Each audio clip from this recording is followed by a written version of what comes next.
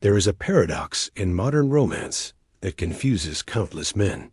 She swears she wants a gentleman, a man who opens doors, speaks softly, and handles her with care. Yet when that gentleman appears, she grows restless, distracted, almost cold. Meanwhile, the man who walks with a quiet, dangerous energy, whose gaze feels like it could strip the paint off the walls, pulls her into a gravity she cannot explain.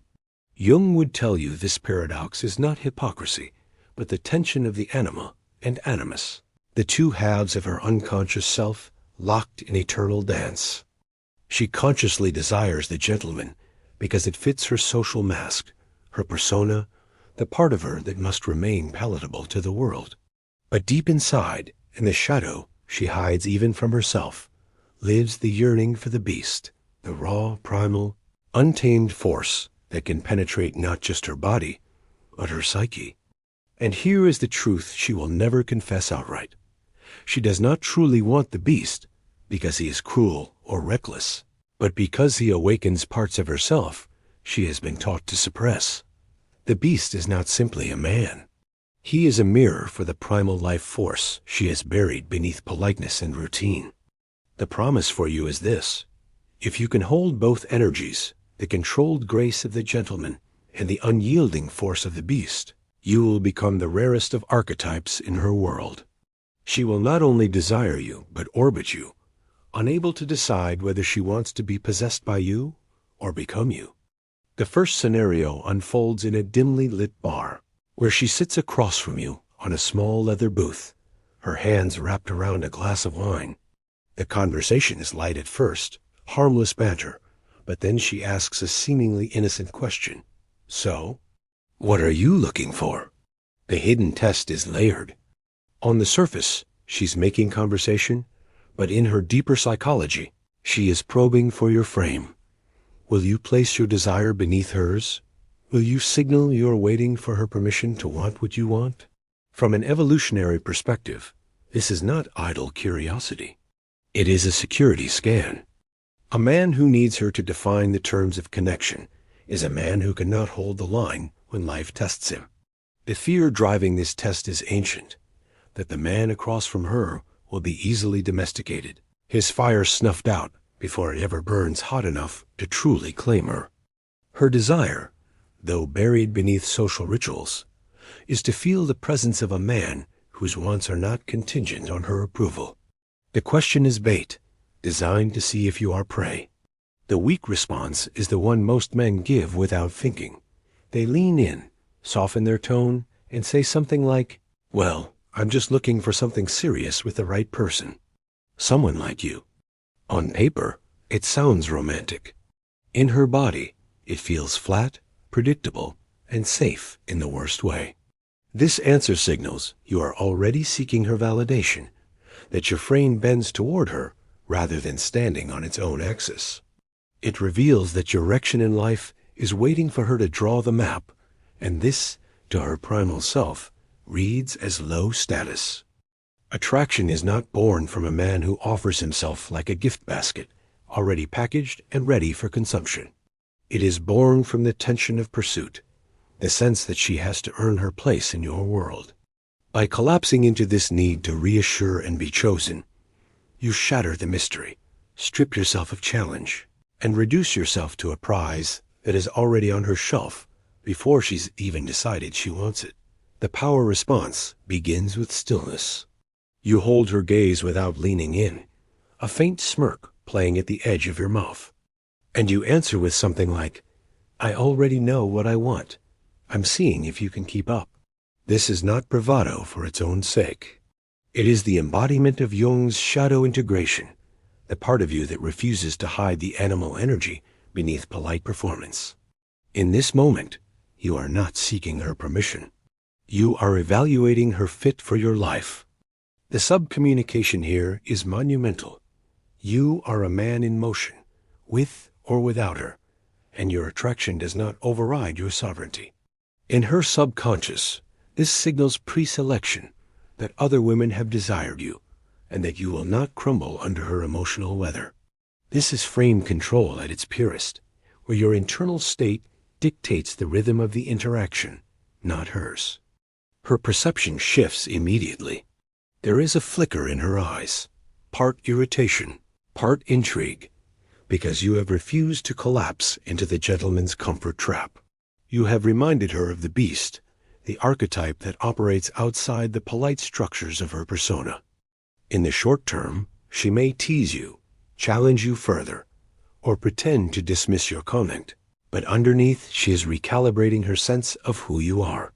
In the long term, this small moment plants a seed.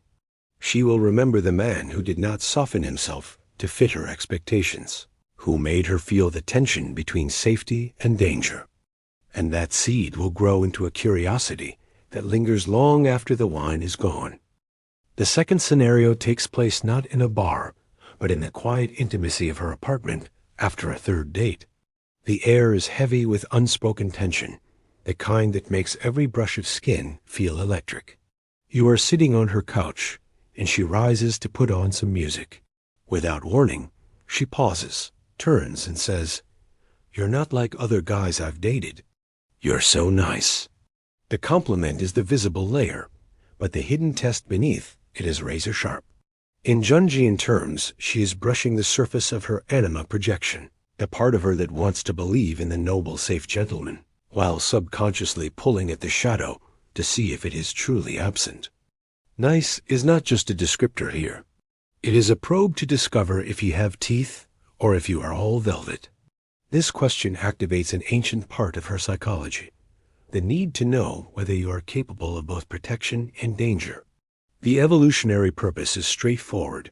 A man who is only nice may keep her safe from social friction, but he cannot defend her or awaken the deep currents of desire that require both comfort and risk. What she fears is that you are pure light without shadow, and that makes you predictable, easy to possess, and ultimately unthreatening to the part of her soul that longs to be consumed. The weak response is to beam proudly and lean into the compliment. You might say, "Thanks, I try to be a gentleman. I don't believe in playing games." You think you are scoring points for honesty and virtue, but what you are really doing is confirming her suspicion that you are one-dimensional. In that moment, her unconscious files you under safe, but not irresistible. The chain reaction is subtle, but lethal to attraction. She places you in the category of men she can control without effort. The dance of polarity collapses. The sexual tension dissolves into something that feels more like friendship, and without the pressure of uncertainty, her interest begins to cool. The man who prides himself on being only nice believes he is building trust, but what he is really doing is suffocating the erotic by erasing the possibility of surprise. In Jung's language, you are denying your own shadow, amputating a part of yourself to fit an image that society told you women want, while forgetting that the soul does not fall in love with masks. The power response is deceptively simple, but charged with subtext. You smile faintly, step closer just enough to enter her personal space, and say, "Nice? That's just the part you've met so far?" You let the silence stretch, your gaze locked on hers, letting the weight of the words settle in her body. In this instant, you are inviting her into mystery, signaling that what she sees is only a fraction of who you are. This is shadow integration in practice. You are not discarding your gentlemanly side, but you are revealing that it exists alongside a force she has yet to encounter. The sub-communication is potent. You can be both sanctuary and storm, and she does not yet know which side of you will show up in a given moment. In terms of frame control, you are expanding the boundaries of her perception without asking for her validation. You are letting her imagination do the heavy lifting, and that is a far more powerful seduction than anything you could describe outright. Her perception shifts immediately, though she may mask it with a playful scoff or a narrowing of the eyes. Internally, however, you have reignited a primal question. What else is he capable of? In the short term, this will intensify her curiosity, making her more physically and emotionally present in the interaction. In the long term, it plants a deeper seed. the awareness that you cannot be fully mapped or domesticated. You have invited her into a psychological territory where she cannot predict every move, and that unpredictability is the very oxygen that fuels sustained desire. She may tell herself she is simply intrigued, but the truth is that a new polarity has been created between you, one where she is drawn not only to who you are, but to the mystery of who you might be when the beast stirs. The third scenario happens in a social setting, perhaps at a dinner with friends where laughter and conversation fill the room. She is sitting beside you, subtly leaning in to show others that she is aligned with you. At some point, one of her male friends joins the conversation, leaning in a little too close, joking in a way that carries the faint scent of flirtation. She glances at you almost imperceptibly, as if to see how you will react. This is not an accident. It is a hidden test designed to measure your composure and social dominance without direct confrontation. In Jungian terms, this is an encounter with her animus projection, the way she measures masculine presence in the field of other men. Evolutionarily, this test has a clear purpose. Women have always been drawn to men who can hold their position in a tribe without collapsing under social pressure. If a man is easily rattled, it signals instability in his frame, and by extension, weakness in his ability to protect or lead.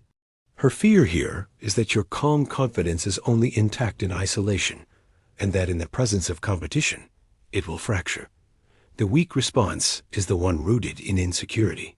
You may tense up, withdraw into silence, or worse, make passive-aggressive remarks toward her or the other man.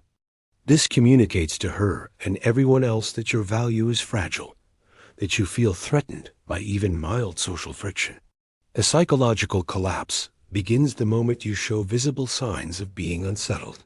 It tells her that your frame is externally dependent, that you are stable only when you feel certain of your control. This reduces you in her eyes from an unshakable presence to a man who can be thrown off balance with minimal effort. Even if she offers you reassurance later, the damage is done. A part of her attraction will begin to cool, replaced by a subtle but persistent doubt about whether you are truly the man she believed you to be. The power response requires stillness, a subtle mastery of energy. You continue your conversation with her and the group without skipping a beat, acknowledging the other man without defensiveness or hostility. You might even exchange a light joke with him, one that includes her but does not place her as a prize being contested. Then, when the moment naturally presents itself, you rest your hand gently but firmly on her lower back or lean in to whisper something meant only for her. This is a display of what Jung would call the integrated self, the union of shadow and persona, where the beast's territorial instinct exists alongside the gentleman's social intelligence. You are signaling that you are fully aware of the dynamic, entirely unthreatened by it, and still in command of the deeper bond between you and her. This is the essence of frame control. Your reality remains intact regardless of external players. Her perception shifts the instant she registers your lack of reactive energy. On a conscious level, she may feel a flush of pride or warmth toward you, noting how at ease you seemed in the presence of another man's subtle challenge. On a deeper level, she experiences a reaffirmation of your dominance in her mental hierarchy of men. You have demonstrated that you do not need to fight for her attention, because you already possess a value that does not depend on her constant validation. Over time, this moment cements in her psyche as evidence that you are not just a man she desires, but a man whose presence cannot be destabilized by others. This makes you not only attractive, but also magnetic, a center of gravity she cannot help but return to. The fourth scenario takes place in a quieter, more intimate setting, perhaps on a Sunday morning at your place. Sunlight filters through half-closed blinds, casting slow-moving shadows across the room. She's wearing one of your shirts, loosely buttoned, and she casually mentions something from your past that she clearly looked up online. It could be an old photo, a post, or a fragment of your history you haven't told her. She laughs lightly when she brings it up, But in her eyes, there's a glint. She's probing. The hidden test here is not about social dominance, but about psychological depth. In Jungian language, she's pressing on your shadow, searching for the parts of you that don't fit your polished exterior. Evolutionarily, this has a subtle but important purpose. A man who is entirely curated, whose image is perfectly controlled, risks being hollow beneath the surface. She wants to know whether you can face aspects of yourself that are messy, imperfect, or even dangerous without collapsing into shame. The fear driving this test is that you are all presentation and no substance, a persona without the raw material to back it up. The weak response is to instantly defend or sanitize the past. You might nervously explain the context, rush to paint yourself in a flattering light, or even laugh too loudly to cover discomfort. In doing so, you confirm her suspicion that there are parts of yourself you are unwilling or unable to own. The chain reaction here is powerful. By scrambling to control her perception, you signal that her approval governs how you present yourself. In Jung's terms, this is a rejection of your own shadow, a refusal to integrate the full spectrum of who you are. It tells her that your identity is dependent on external validation, which makes you fragile in ways that cannot be hidden for long. Over time, this fragility erodes the polarity between you, making you feel less like the grounded center she is drawn to, and more like a man constantly adjusting to avoid rejection. The power response is to meet her discovery with relaxed ownership. You might smile faintly and say, "Yeah, that was me. There's more where that came from." Then you carry on, unbothered, maybe even letting her curiosity simmer without offering every detail. The point is not to flaunt your past recklessly, but to demonstrate that you have already made peace with it, that no part of yourself is so threatening that you need to hide it from her. This is a living example of Jung's shadow integration. You are not defined by only your most admirable traits, but also by the parts of you that could intimidate others, and you are comfortable enough to let both coexist. In terms of attraction dynamics, this response signals strength, self-possession, and an immunity to her approval. It shows that your identity is self-authored and unshakable, even when confronted with the unexpected. Her perception shifts the moment she realizes her attempt to unsettle you has only deepened the intrigue. On the surface, she may roll her eyes or pretend she's unimpressed, but inside, her attraction sharpens. The lack of defensiveness tells her you are not a man she can fully map, that there are depths she has yet to explore, and that these depths include the beast, the unpredictable force she can feel, but not yet define. Over time, this kind of interaction builds a subtle addiction. She starts to see you not just as someone she wants, but as someone whose inner world she needs to unlock, even if she never fully can. And that chase, that endless unfolding of layers, keeps her invested far longer than any surface-level charm could.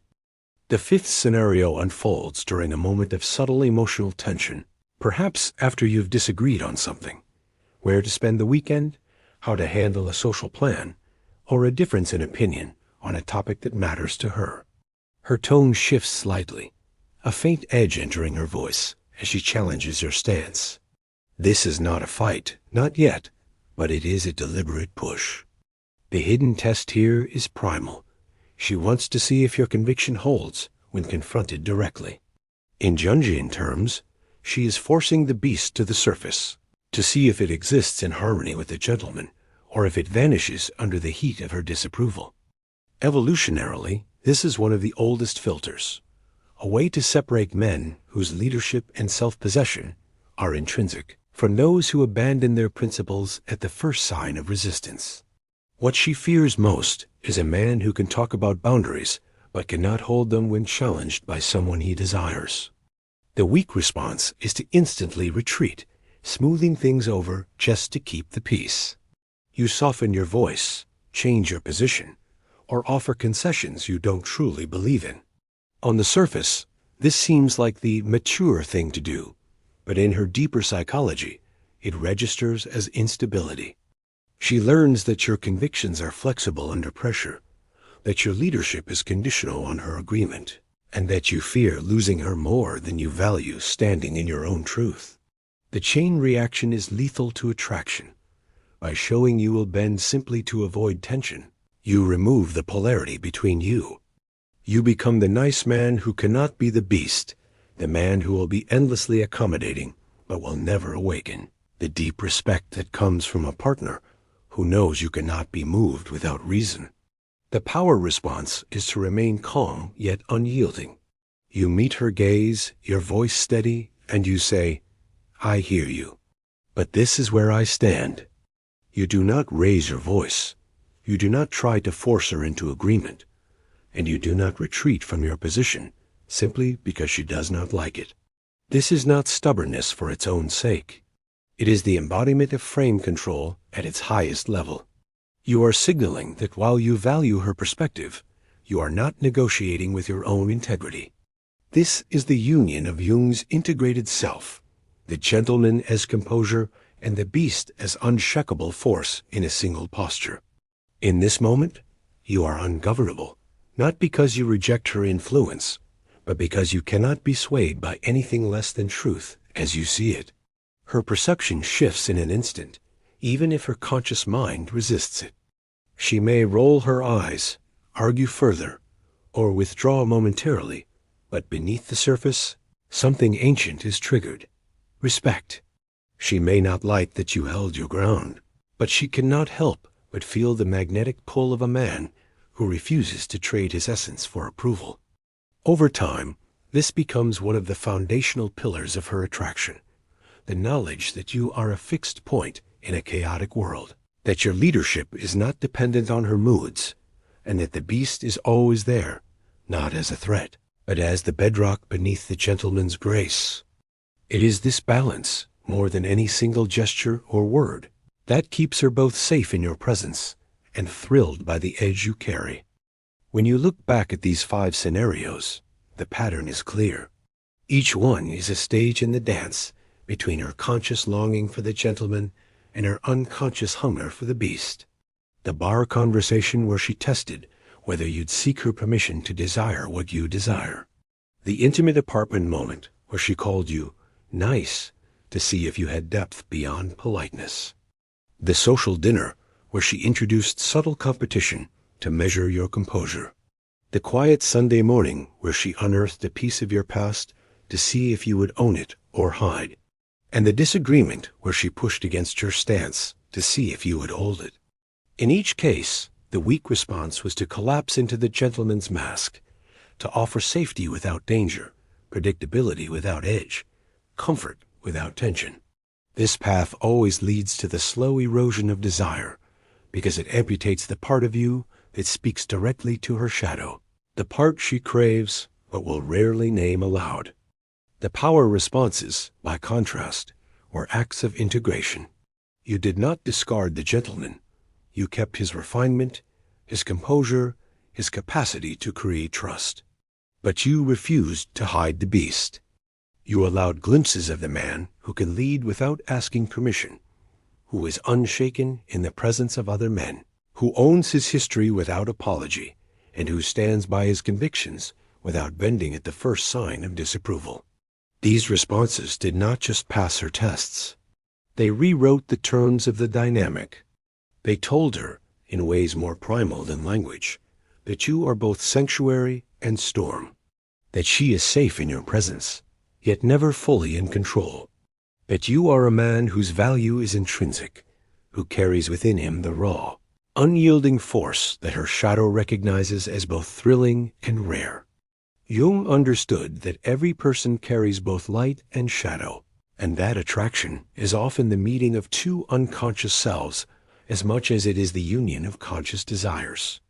A woman's attraction to the beast is not about brutality or recklessness. It is about the awakening of something she has been taught to tame, the raw aliveness, the unpredictable current that makes her feel more vividly human. When you embody both the gentleman and the beast, you are speaking to her entire psyche. You satisfy her persona's need for stability and her shadow's need for danger in the same breath. Most men will try to be one or the other. the endlessly agreeable gentleman who never stirs deep desire, or the reckless beast who burns hot but cannot be trusted. The rare man learns to hold both without apology. If you integrate this balance, the effect is cumulative. Every interaction, every moment where you hold your frame in the face of her tests, deepens her respect and heightens her curiosity. She will begin to see you not just as a man she wants to be with, but as a man she cannot fully understand, and that mystery is the fuel of lasting attraction. In her mind, you become a gravitational center, a fixed point she cannot replace or forget. She may not always articulate it, but her body and her unconscious will register it every time she is in your presence. And in the quiet moments, when she is alone, she will think about you with a mix of comfort and anticipation, knowing that at any moment, the gentleman could become the beast, and the beast could become the gentleman without warning. This is the core promise. You do not need to choose between being respected and being desired. The most powerful men in history, the ones whose presence left an imprint that outlasted their lifetimes, were men who embodied both. They were men whose refinement made them welcome in any room, but whose power made them unforgettable in every woman's private thoughts. You have the same capacity, and if you learn to wield it, you will find that the paradox is no paradox at all. It is simply the truth of human nature, waiting for a man strong enough to live it. When you step into the world with this integration, you will see her tests for what they are, not as traps to fear, but as invitations to show her the full spectrum of who you are. And when you do, she will stop trying to decide whether she wants the gentleman or the beast. She will realize she has both, and she will hold on with a grip she does not even understand herself. That is when you will have moved beyond simply attracting her. You will have entered the rare territory where she orbits you, not because you demand it, but because her entire being refuses to drift away. And that, as Jung would tell you, is the moment when desire becomes destiny.